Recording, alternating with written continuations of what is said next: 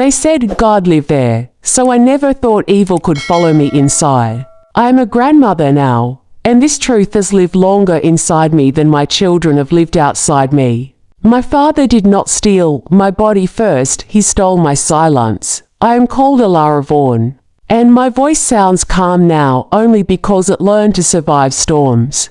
But when I close my eyes, I am still a little girl with tight braids and trembling knees, standing in a place where candles burned softly and hymns floated like promises. A place everyone told me was sacred, safe, watched over. And my father Rowan Hale was admired there, respected there, trusted there. His name spoken with warmth, his posture straight, his words careful and gentle, and when people looked at him they saw faith. Not danger, devotion, not deception. And I was raised believing that fathers were chosen by God to protect, that obedience was love, that questioning was sin, that silence was virtue.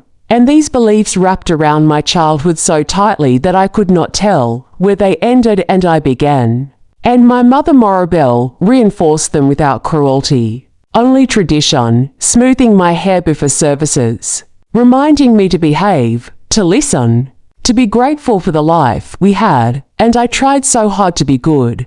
Because good girls were praised and praised girls were safe, or so I thought. And the day everything changed did not announce itself with thunder or screams. It arrived quietly like most betrayals do. Disguised as routine, disguised as trust. Disguised as a father asking his daughter to stay back for guidance. And even now I struggle to explain how innocence works. How it blinds you not because you are foolish, but because you are taught to believe in the goodness of what surrounds you. And I will not describe acts that should never be described. I will not give cruelty the satisfaction of detail. But I will tell you about the moment my understanding of the world cracked open. About how the air felt heavier. About how my body knew before my mind did that something was wrong. About how fear can freeze you into stillness when every story you've been told says resistance is disobedience. And when it was done not finished, because damage does not finish.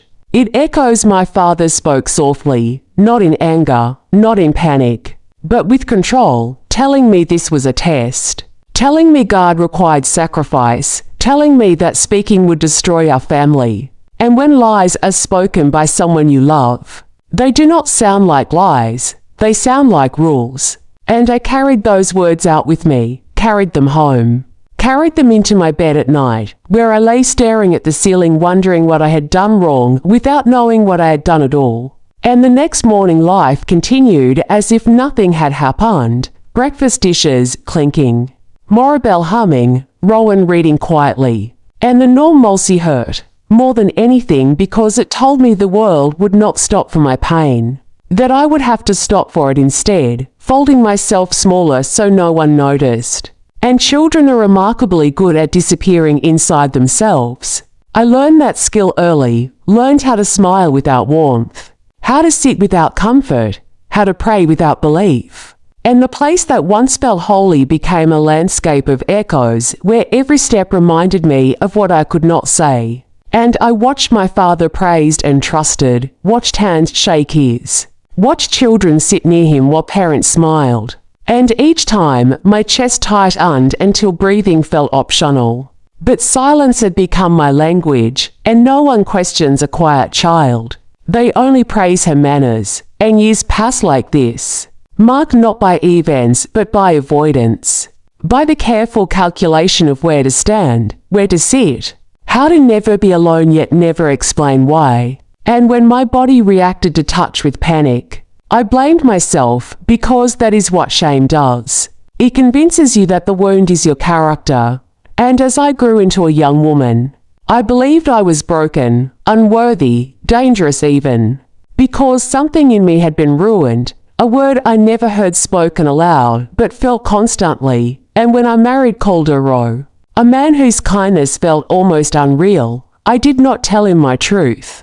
Because I feared that if he saw the real me, he would recoil. And instead, I built a marriage around careful distance, learning how to appear present while being far away. And when intimacy triggered memories I could not name, I swallowed them because swallowing pain had become second nature. And motherhood awakened both fierce love and terrifying fear. Because holding my children felt like holding my own childhood at last. And I vowed silently that no one would ever make them feel the way I had felt.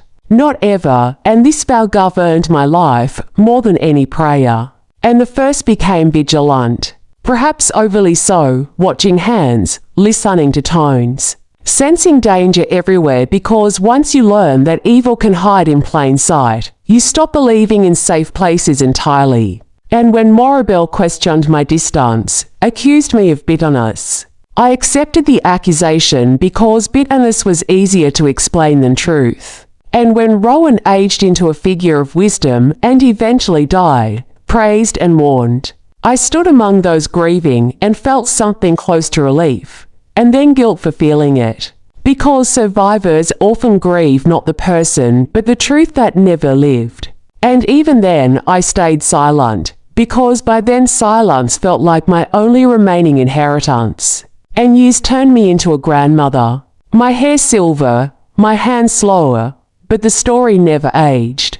It stayed sharp, present, alive, and as I watched the world finally begin to listen to voices like mine, voices that had been buried under shame and fear, I realized silence had not protected me. It had only delayed my healing.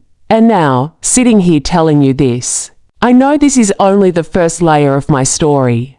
Because the deepest damage was not done in that room, it was done in the decades that followed. And that is what I must tell next.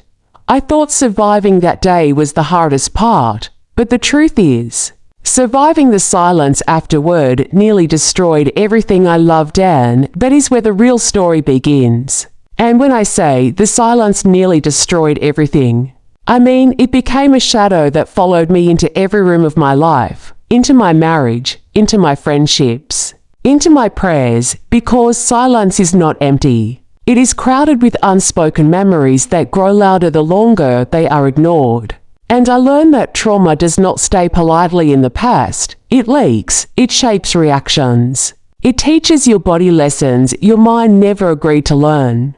And Calder would sometimes ask me why I flinched at certain sounds, why my eyes searched exits before settling, why I went still during moments meant to be tender. And I would laugh it off, blaming nerves or stress or imagination. Because telling the truth felt like opening a door I had spent a lifetime barricading. And I feared that once opened, it would never close again. And faith, which had once been my comfort, became complicated, tangled, because how do you speak to a God whose house held your worst memory? How do you kneel where your knees once shook with fear? How do you trust words that were once used to trap you? And so I kept my belief quiet and distant. Something private and cautious, not something I shared. And people mistook my distance for strength, for dignity, for calm. Because survivors often appear composed on the outside, while chaos rearranges itself endlessly inside. And motherhood intensified everything, because loving my children so deeply reopened the wound of how unprotected I once was. And every bedtime story, every prayer whispered over their sleeping faces, carried a vow that no one ever heard me speak aloud. And when my children grew old enough to ask about their grandfather, about why visits were rare and brief, I crafted careful answers. Never lies exactly, but never truths either. Because I believed I was protecting them, and perhaps I was.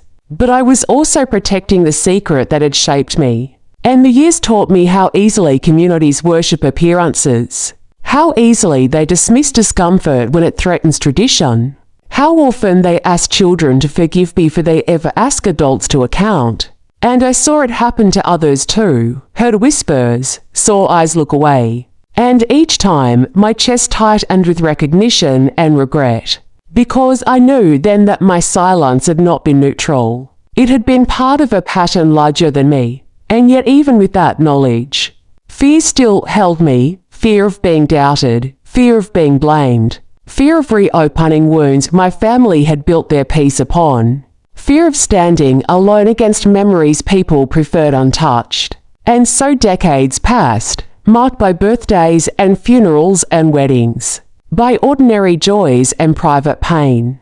Until age did something unexpected, it loose fear's grip, not because fear disappeared, but because time taught me that regret grows heavier than truth, and I began to feel the weight of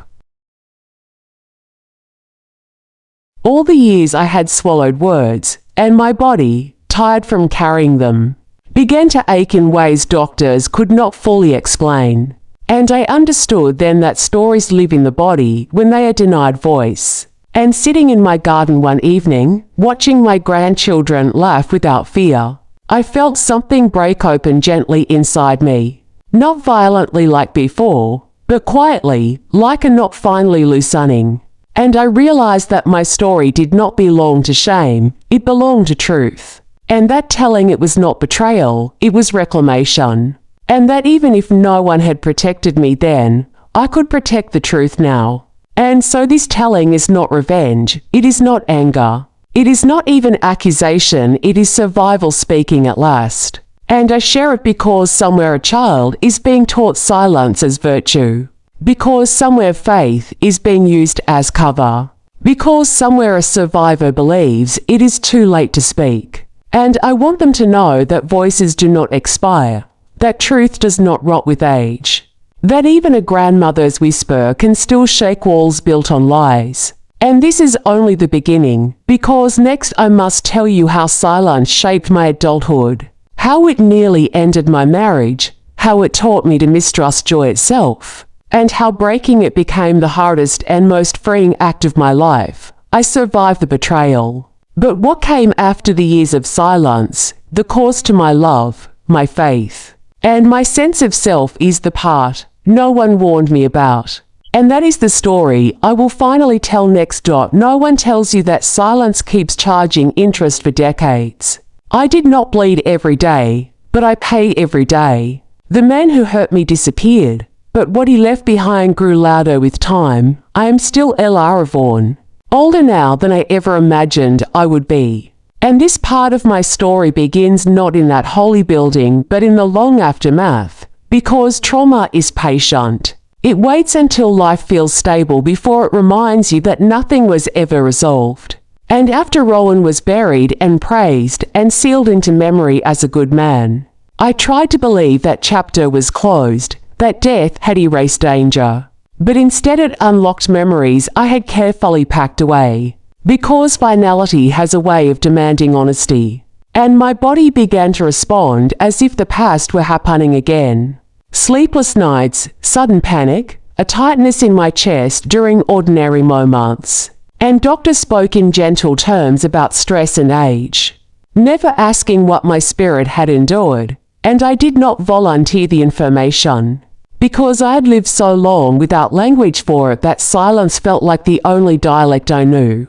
And Calder noticed the change before I admitted it to myself. Noticed how I startled at church bells, how I avoided places tied to faith, how I would sit rigid during family gatherings as if waiting for something terrible to happen. And when he asked again, more softly this time, what haunted me, I almost told him. The words rising like a tide, but fear pulled them back. Because I was terrified that once spoken, the truth would rearrange my life beyond recognition. And I had already survived so much by keeping things intact, even if they were fragile, and so I deflected. And deflection became distance, and distance became loneliness inside a marriage that was otherwise loving. And loneliness has a way of convincing you that you are fundamentally separate from others, that you are carrying something too heavy to share, and motherhood, which once grounded me, now became complicated as my children grew into adults and asked deeper questions. And I saw in their eyes the same trust I once had. And it both comforted and frightened me, because trust is beautiful. But I knew how easily it could be broken, and I wanted to warn them without scaring them, to protect without projecting, and that tension lived constantly inside me. And when my first grandchild was born, a girl with curious eyes and soft hands, something inside me cracked open again, because holding her felt like holding myself before harm. And grief poured out, not for what I lost, but for what I never received.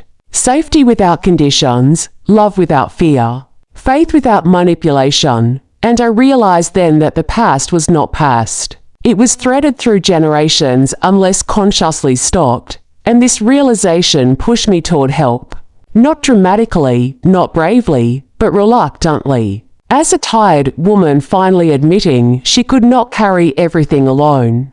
And I found myself sitting across from Dr. Lena Morrow, a woman with calm eyes who did not rush my words. And the first session passed without confession, just surface stories. But silence behaves differently when someone is willing to sit with it. And gradually, carefully, I began to circle the truth, speaking around it before speaking it. And when I finally said out loud that my father had violated my trust in the place I was told God lived, my voice did not break the way I expected. Instead, it steadied, as if my body had been waiting decades for permission to exhale. And Dr. Morrow did not gasp or question or minimize. She believed me without hesitation, and belief is a powerful medicine.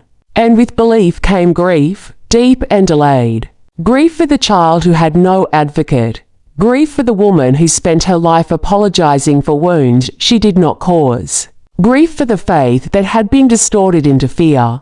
And therapy did not heal me quickly or neatly. It stirred everything. Nights grew harder before they grew easier. Memories surfaced uninvited, and there were moments I regretted opening the door at all. But healing, I learned, is not comfort. It is confrontation with compassion. And Calder learned the truth slowly, in pieces, because I could not give him everything at once. And when I told him, I watched his face carefully, bracing for disbelief or horror. But what I saw was sorrow and anger on my behalf, not doubt. And he held my hands and said words I had never heard spoken to me before. Words I did not know I needed, he said. It wasn't your fault, and those words rewrote something deep inside me. Because fault had been my constant companion, and letting it go felt like stepping into unfamiliar territory. And as I healed, my relationship with faith shifted again. Not back to what it was, but into something quieter and more personal. Something no longer tied to buildings or authority. And I learned that spirituality could exist without obedience to harm. That God, if present at all, was not confined to places that protected abusers. And this realization angered some people when I finally spoke more openly. Because communities often prefer peace over truth. And I learned quickly who valued comfort over justice. And this part of my story is not triumphant, it is complicated. Because speaking did not bring universal support. It brought whispers, avoidance, subtle accusations of bitterness, and exaggeration. And yet, despite that, something inside me stood firmer than it ever had. Because I had survived worse than disapproval. And silence had already cost me too much. And now, telling you this, I understand that healing is not erasing the past. It is refusing to let it dictate the future. And I'm still learning how to live without fear shaping every choice. Still learning how to sit in joy without anticipating loss. Still learning how to trust my own voice. And this journey has forced me to confront not only what my father did, but what an entire system allowed, excused, and buried. And that reckoning is not over. Because the hardest conversations were not with strangers. They were with my own family. And that is what I must tell next. I thought telling my husband and my therapist was the hardest step. But nothing prepared me for what happened when my own family finally heard the truth. And when I say nothing prepared me for my family's reaction, I mean that truth does not land gently in places built on denial. And when I finally spoke to Maribel's sister Ione, the keeper of family history after my mother passed, I watched her face rearrange itself as if she were translating a foreign language she did not want to learn. And she listened without interrupting, yet her eyes searched for reasons, for misunderstandings, for explanations that would make my words less threatening. And when I finished, she sighed and said she was sorry I had carried confusion for so long. A word that stung because it turned certainty into doubt, pain into misinterpretation. And I realized then that some people hear truth only through the filter of what they can tolerate. And the tolerance for discomfort in families is often very low. And others reacted with anger, not at Rowan, but at me, accusing me of reopening wounds, of tarnishing memory, of dragging faith through mud. And each accusation tried to push me back into the silence I had finally stepped out of. And there were days I wondered if speaking had been a mistake. Days I felt exposed and fragile. Days I longed for the old invisibility that at least felt safe. But then I would remember the cost of that safety. The decades of tension in my body, the guardedness in my love, the quiet despair that no one could name, and I knew I could not go back. And my children's reactions mattered most, because I feared hurting them with knowledge they had not asked for. And when I told them, carefully and without detail, I expected confusion or distance, but what I received was something I had never known from family before: unwavering belief, protective anger on my behalf, and gratitude for my honesty. And my daughter said something that settled deep inside me.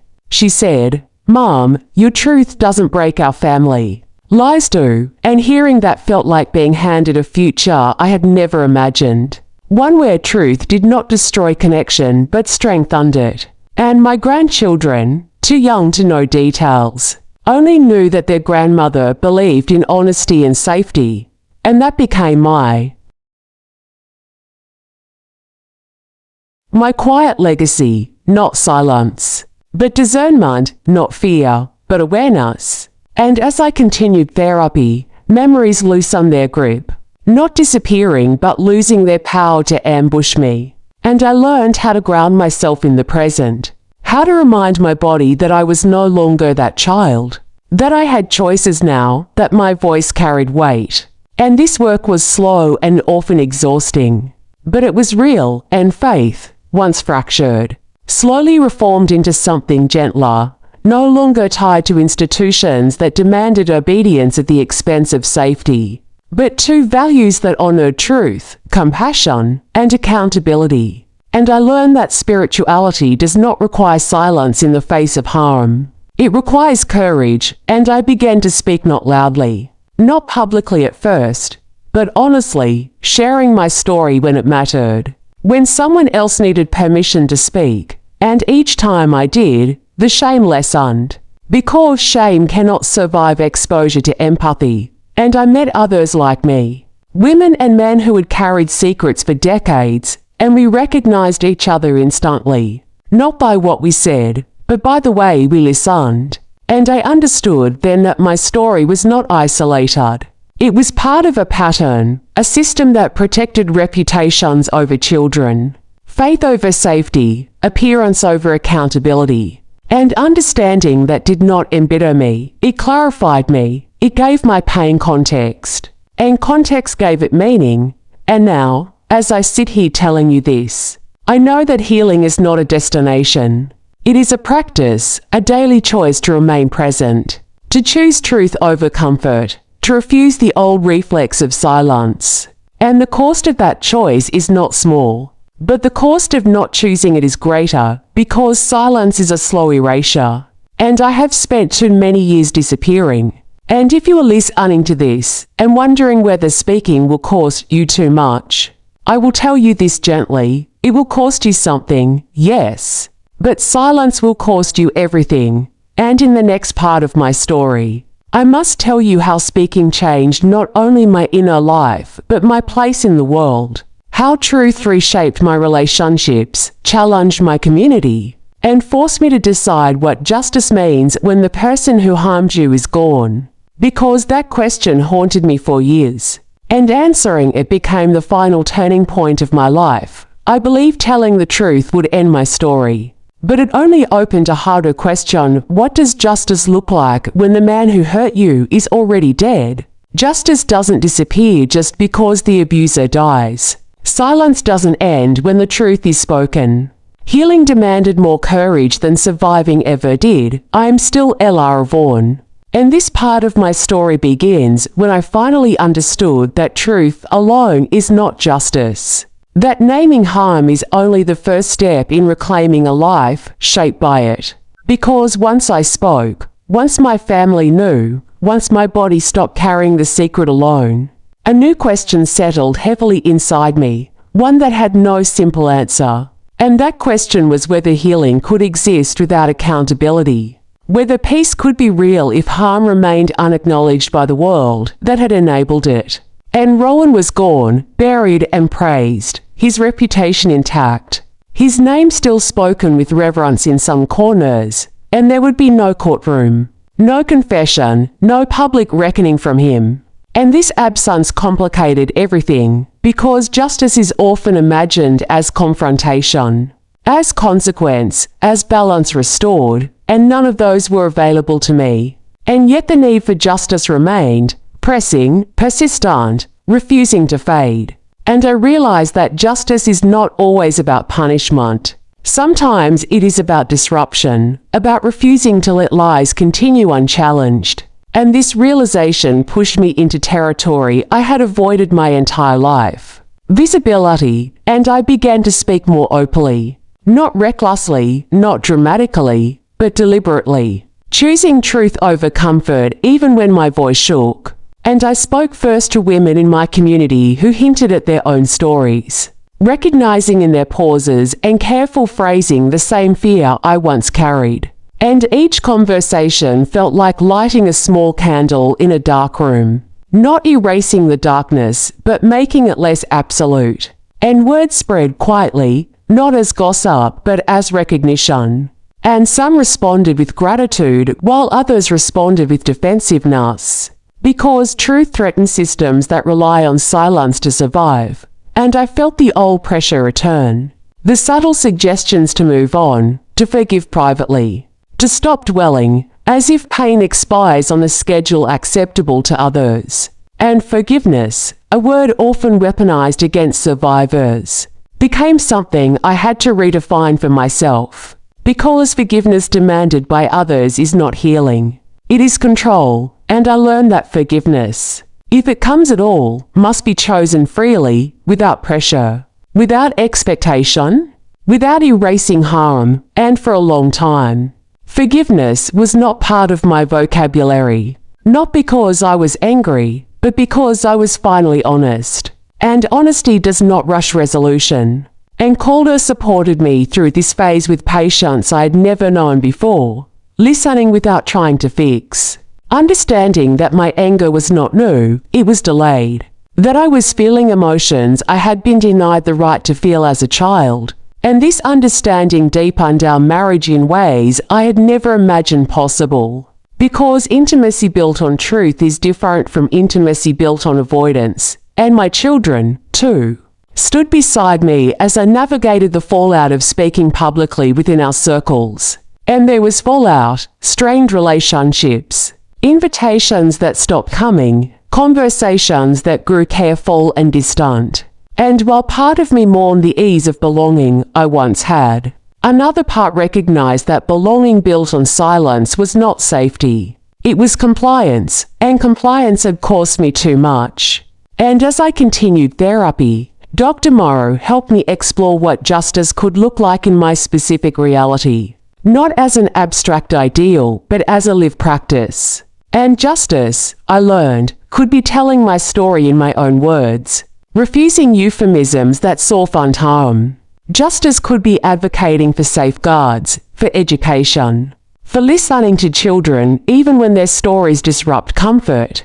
Justice could be choosing myself without apology, and one day, standing in front of a small group invited to speak about resilience. I felt the familiar fear rise, but I spoke anyway. My voice steady, my words careful. And afterward a woman approached me with tears in her eyes and said my story had given her permission to name her own.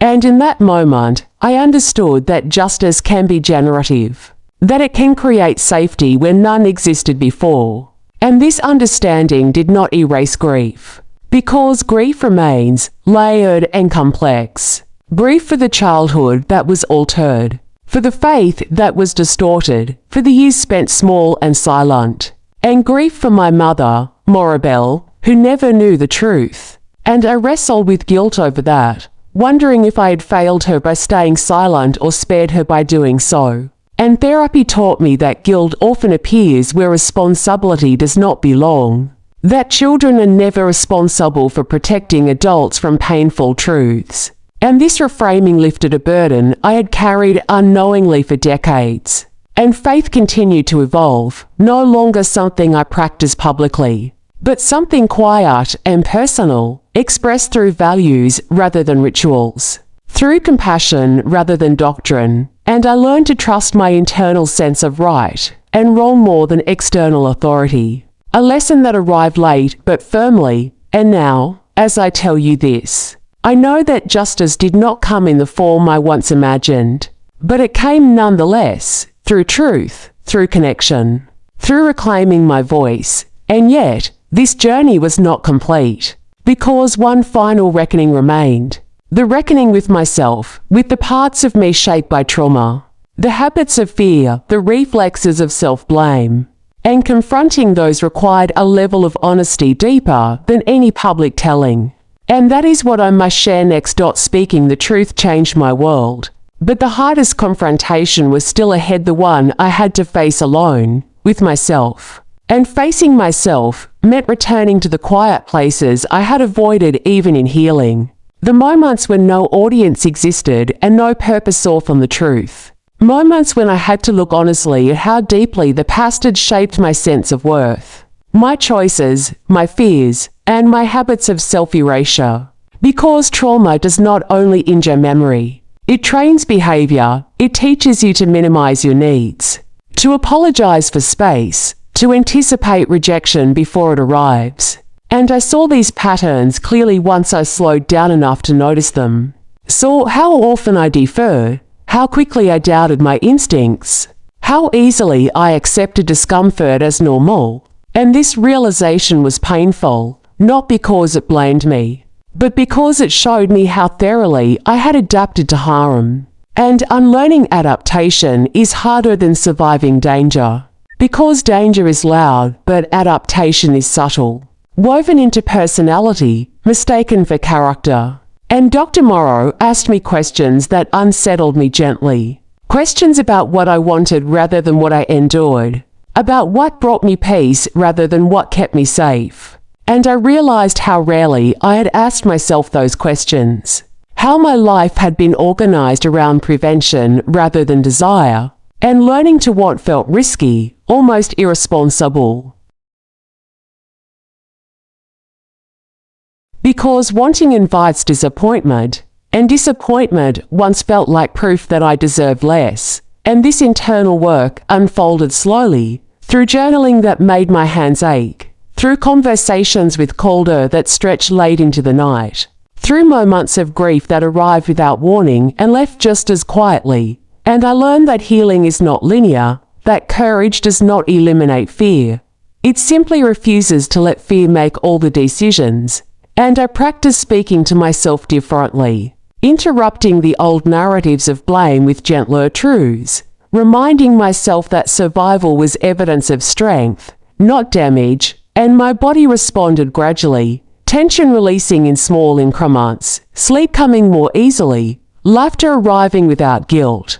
And these changes felt miraculous not because they were dramatic, but because they were ordinary. And ordinary peace had once felt unreachable. And I also confronted anger fully for the first time.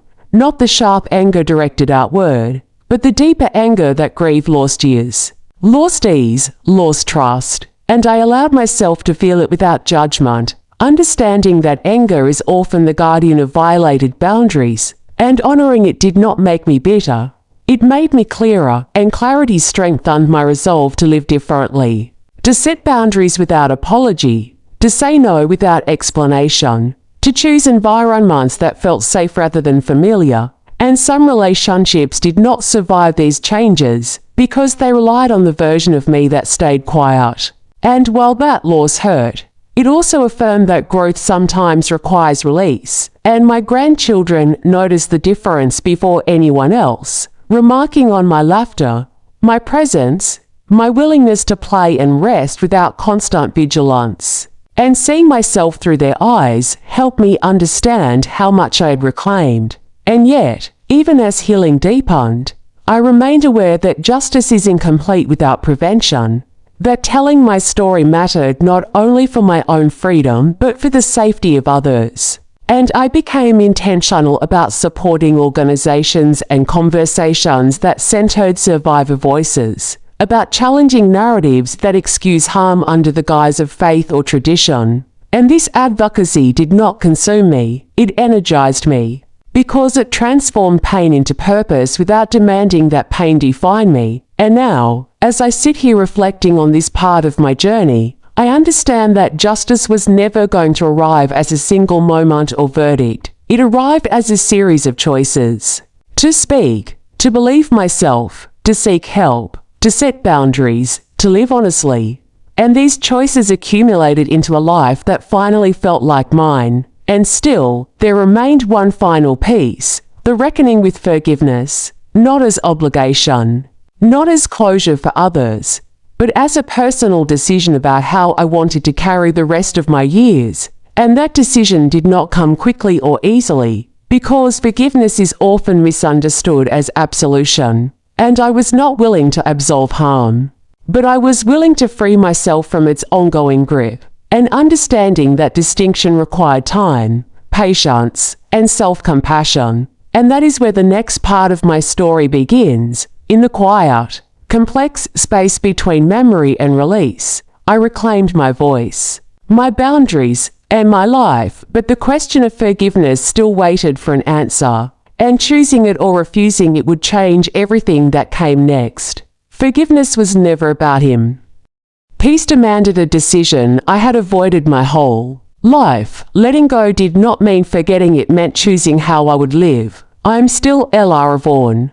And by the time forgiveness entered my thoughts, I had already learned that healing is not obedience and peace is not silence. And yet forgiveness lingered like a question without an answer, because everywhere I turned people spoke of it as a requirement, as proof of goodness, as the final step toward being whole. And I resented that framing deeply, because it felt like another demand placed on survivors to make others comfortable, another expectation that asked me to shrink my pain into something palatable. And so I resisted the word entirely for a long time, choosing instead to focus on boundaries, truth, and self-respect. And Dr. Morrow never pressured me, never suggested forgiveness as a goal. Instead, she asked me what I wanted my remaining years to feel like, what emotional weight I was willing to carry forward. And those questions reframed everything, because I realized forgiveness was not about Rowan,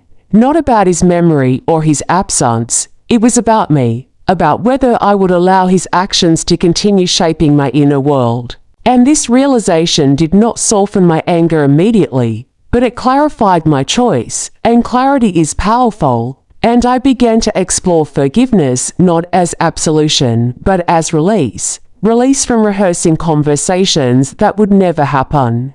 Release from imagining accountability that would never come. Release from carrying rage that no longer protected me. And this exploration was uneven, marked by days of calm and days of resentment, because healing does not erase emotion, it teaches coexistence. And I learned that forgiveness, if chosen, could be partial, conditional, evolving, and that I was allowed to redefine it entirely.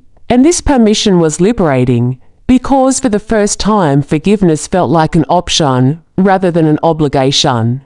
And as I sat with this evolving understanding, memories of my younger self surfaced, not the frightened child, but the resilient one, the girl who endured without language, the woman who built a life despite fear. And I felt compassion for her, a compassion that had been missing for decades, because I had been too busy surviving to offer myself tenderness. And offering that tenderness felt like forgiveness turned inward, and inward forgiveness mattered more than any external gesture. And as I practiced this, my dreams changed. Less vivid, less urgent.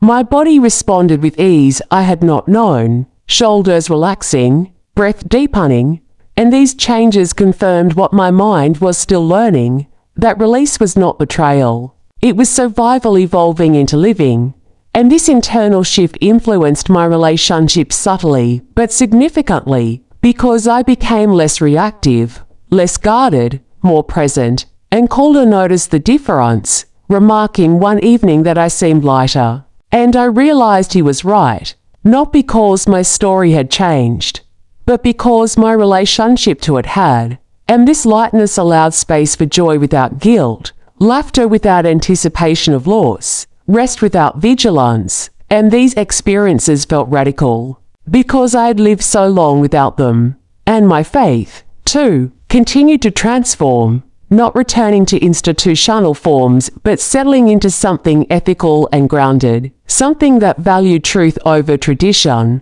accountability over appearance, compassion over control, and I began to see forgiveness not as something God demanded, but as something life offered, an opportunity to choose peace without erasing justice. And this understanding deepened when I encountered others navigating similar questions.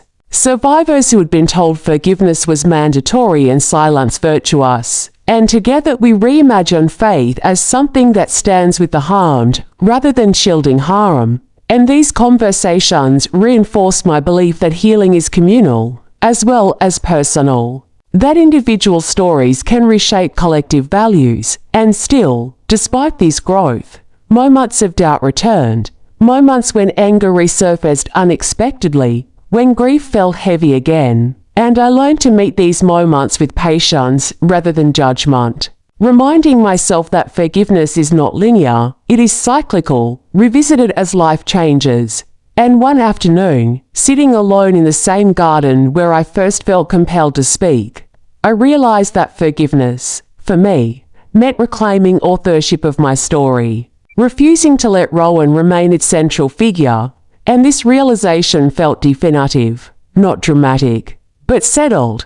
And from that place, I made a decision that surprised even me. A decision to speak publicly beyond my immediate circles, not to accuse a dead man, but to challenge the culture that protected him. And this decision marked a new chapter, because visibility carries risk, and risk was something I had avoided all my life. And stepping into it required courage shaped by everything I had learned so far. And that courage would soon be tested. I thought forgiveness would be the end of my journey, but choosing peace gave me the courage to step into the light, and what happened there changed everything. And stepping into the light meant speaking to communities beyond my own, telling my story in spaces that had once felt impossible, because visibility is a form of resistance. And each time I shared, the room shifted, sometimes subtly, sometimes profoundly, and people listened in ways I had never experienced before, some nodding silently, others with tears, and I felt the weight of decades lift fractionally with each recognition, because recognition is different from validation. It acknowledges truth without requiring approval, and truth, finally spoken, has a resonance that no denial can erase. And I found myself invited to speak at gatherings, small groups, conferences, and even faith-based organizations, where I cautiously shared my journey, carefully omitting graphic details, but never softening the impact of betrayal. And I noticed patterns immediately. Some audience members were defensive, some angry, some deeply moved, and each response reflected their own relationship with authority, faith, and family. And I began to understand that systemic silence perpetuates harm, and disruption, even gentle disruption, is essential for change. And I felt the responsibility of this weight, knowing that my words might empower a child, embolden a survivor, or unsettle someone who had relied on silence. And I accepted that tension, because responsibility is part of reclaiming voice. And my children observed this too, their admiration tempered with curiosity. And my grandchildren, though young, sensed my newfound peace, feeling it in my laughter, in my attention, in the space I created around them. And seeing them reminded me that my choices now ripple across generations.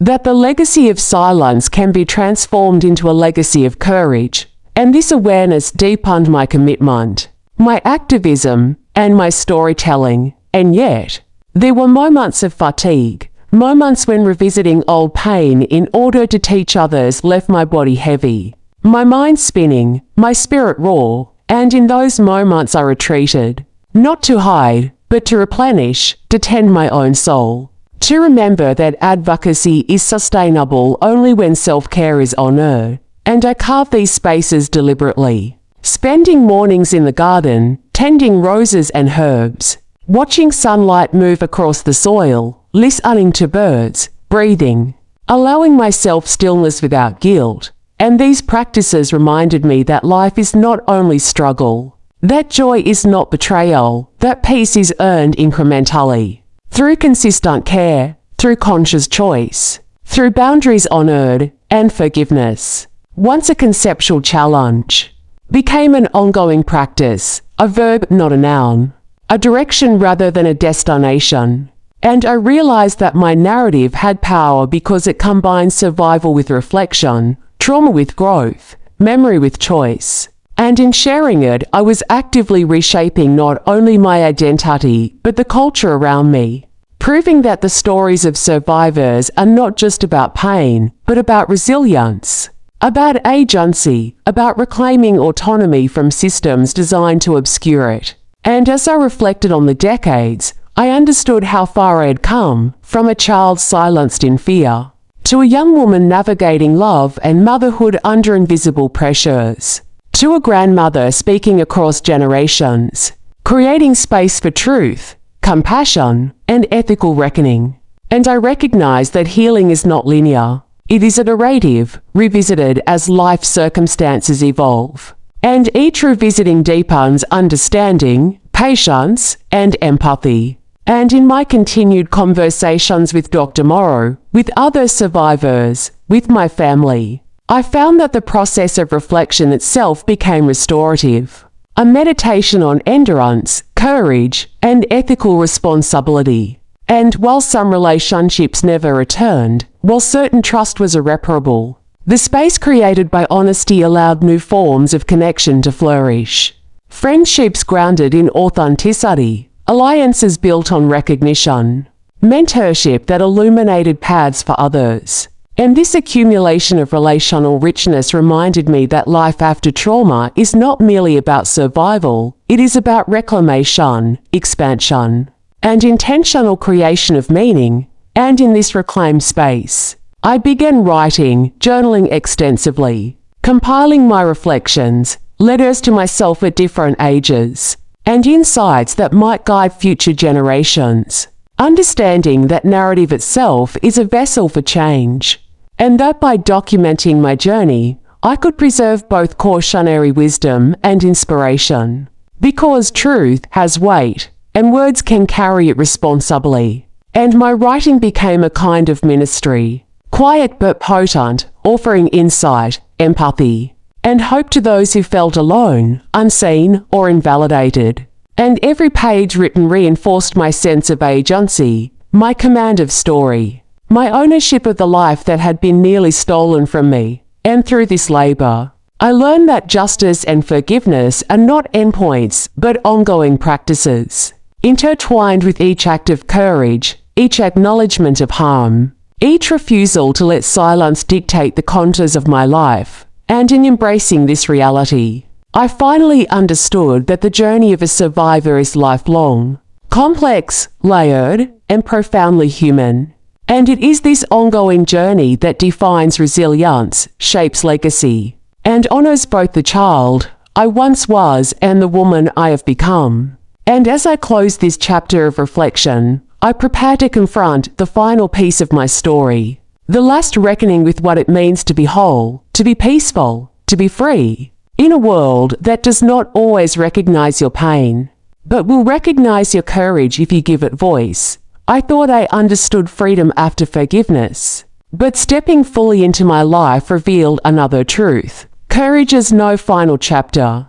only new beginnings. Freedom is not a single moment. It is the courage to keep living despite what tried to break you. My story does not end quietly. It teaches, warns, and empowers. I am still Elara Vaughn. And this final part of my story begins with the realization that life after trauma is never simply about survival. It is about integration, about allowing each part of yourself, the child, the young woman, the mother, the grandmother, to exist fully in one narrative without shame. And understanding that required looking honestly at the ripple effects of fear and silence, at the ways Rowan's actions had shaped not only me, but my marriage, my parenting, my relationships, my faith, and even my sense of purpose. And acknowledging those effects was both painful and liberating, because naming influence is the first step to redirecting it. And I reflected on the countless moments I had silenced myself, the opportunities missed, the joy deferred, the instinct to shrink, to apologize, to disappear, and I felt grief for that, but also deep compassion for the girl who did what she had to do to survive. And as I held that compassion, I felt a new strength, one grounded not in denial but in recognition. And this strength emboldened me to act, to speak, to shape legacy actively rather than passively. And I began reaching beyond my immediate family, connecting with survivor networks, advocating for safe spaces for children, educating communities about the ways faith and authority can mask harm. And these actions, while sometimes exhausting, created meaning from the years of silent suffering, transforming pain into purpose. And in sharing my story publicly, I saw ripples of impact. Children given courage to speak, parents given guidance to listen, communities learning that protecting reputation over people is unacceptable. And witnessing these small but significant changes reaffirmed my belief that even long-delayed truth carries transformative power. And yet, the journey of integration required ongoing reflection, because trauma leaves subtle imprints that surface unexpectedly, in fleeting moments of fear, in overreactions to minor slights, in patterns of mistrust. And acknowledging these tendencies without judgment allowed me to reframe them as signals rather than failures, as reminders to honor my experience and adjust my choices. And this internal work reshaped my relationships profoundly, because I could finally approach people with openness rather than defensiveness, with curiosity rather than suspicion, with empathy rather than reflexive withdrawal. And even with those who failed to understand, I could maintain boundaries without guilt, could assert my needs without fear of reprisal, could participate in life fully without ceding power. And in this reclamation, I discovered that healing is iterative, cumulative, and generative, each day reinforcing the last, each act of courage feeding the next. And as I looked back on decades of living with the weight of silence, I realized that the moments that once defined fear could now define resilience. And resilience is not the absence of pain, but the choice to continue in its presence, shaping life deliberately, ethically, and courageously. And as a grandmother now, I recognize that my legacy is not just survival, but transmission, teaching my children and grandchildren that truth, voice, and courage matter, that faith and love must never justify harm, and that freedom is choosing to live fully even when the past whispers its power. And in this reflection, I prepared for one final public sharing, a recording of my narrative designed to reach the widest possible audience, a story intended to give permission, to give voice, to give hope. And as the camera recorded, I recited every memory, every lesson, every moment of pain and recovery, every triumph of small but meaningful choice. And I ended not with anger or bitterness, but with affirmation of survival, affirmation of agency, and affirmation of life itself. And afterward, as I sat in my garden, watching the sun dip low and feeling the soft wind brush my face, I smiled quietly, because for the first time, the years of living with fear and silence felt integrated, meaningful, transformed. And I spoke to myself, to the child and woman within, and to anyone who might hear my story, saying, you are allowed to live fully, to speak your truth, to claim your joy, to refuse silence, and to define your peace on your terms. And I understood finally that the true power of my story was not in its horror, but in the reclamation, the courage, the choices that followed. And that is the message I leave, clear and unwavering. And so as this chapter closes, I offer these words not only for myself, but for all who have been silenced, all who have feared, all who have carried the weight of injustice. Speak, live, love, choose courage, and do not allow the past to dictate the limits of your life. Because survival is only the first step, thriving is the rest, and it is possible. If my story moved you, please like, share, and subscribe to support survivors and amplify voices that have been silenced for too long. Your attention can give courage to someone who needs it. Let us create a world where speaking the truth is met with care, not shame. ******.